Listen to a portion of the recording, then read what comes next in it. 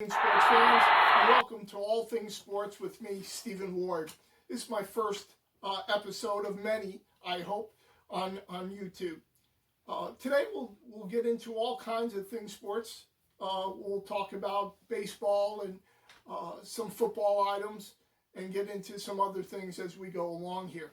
My first item I want to talk about is the retirement of Mike Golic. ESPN's retirement of Mike Golic after 22 years. The Notre Dame graduate said in a statement after his show today that he wasn't retiring, that his wife wouldn't allow him, but there are no details what he's going to do in the future. And we wish Mike all the best in the future. And it made me think about some great teams of sportscasters together on the radio talking sports when it all began back in the late 80s, early 90s. And I came to think of Mike Golic and Greenberg, who were together 17 years on ESPN. And they were really good. They kind of complemented each other. I grew up in New York and grew up with Mike and Mad Dog, Francesa and Mad Dog Russo. And they lasted 19 years. But in that case, I thought Mike Russo, the Mad Dog, kept Francesa in check, where he was not as opinionated and talking down to the listeners as he does now when he's on by himself. My favorite of all time, it's not a sports-related DJ, but it was Shock Jock Imus in the Morning, Don Imus. I grew up with him. Loved his little skits of the Reverend Billy Sahargis. Just loved the different things he did. And Imus was a normal human being. I mean, he made a lot of mistakes with his abuse, and it's well documented. But he also gave back. He gave back to on the Imus Ranch with kids with cancer, and he raised a lot of money for veterans. But he was my all-time favorite DJ. So if you want to comment on your favorite DJ after this podcast is over, I want to get into some Major League Baseball stuff with Joe Kelly's 8-game suspension. I thought it was crazy at the time. 8 games is in the 60-game schedule is 13% of the games, and in a regular season it would be an equivalent to 22 games in a regular season. Now, he just gave a smirk and got 8-game suspension because of what it inferred. How do you know what he was thinking? He just made fun of Korea, and all of a sudden the bench is emptied. And I guess all the players in that bench empty incident didn't read the Major League Baseball 100-page guidelines of social distancing during that aggravation. Now, he did throw behind Bregman, and he threw one above Korea's head, but he didn't hit him.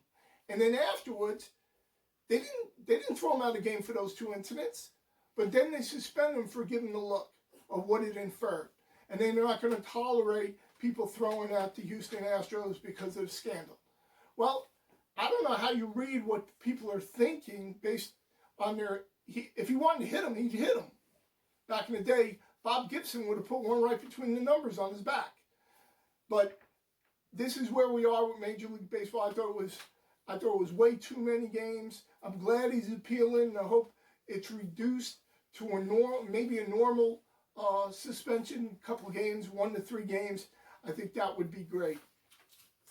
Second sports item I want to get into is the Tampa Bay Buccaneers, or the Tampa Bay Buccaneers, signing LaShawn McCoy today, Shady McCoy, which just leads another puzzle to the Buccaneers' offensive game plan with Tom Brady at the helm. You got Gronk, who came over from New England out of retirement. How that happened, I don't know.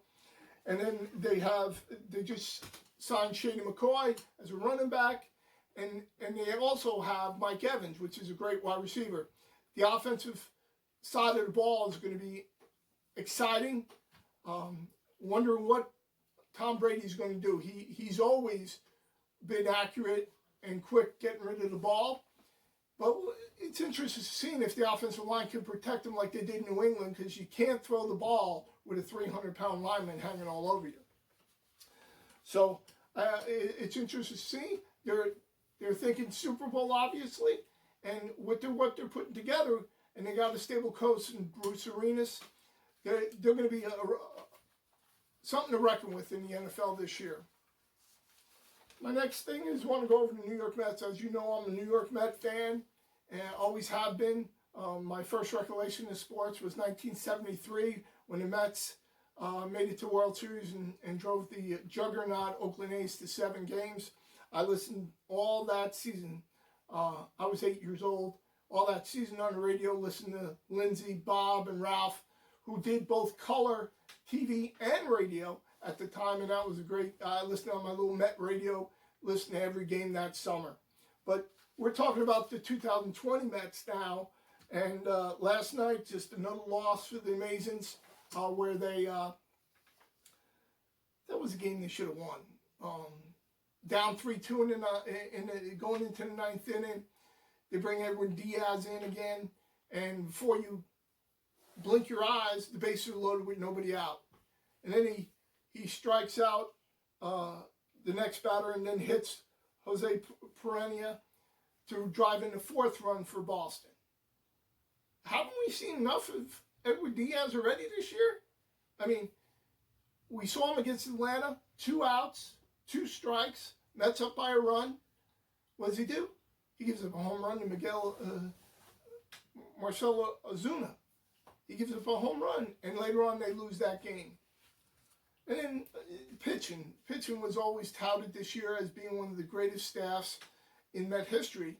Well, you got rid of Wheeler, and then Syndergaard goes down with Tommy John surgery, and then Stroman hurts his calf, and now you got a rotation of DeGrom, which is awesome.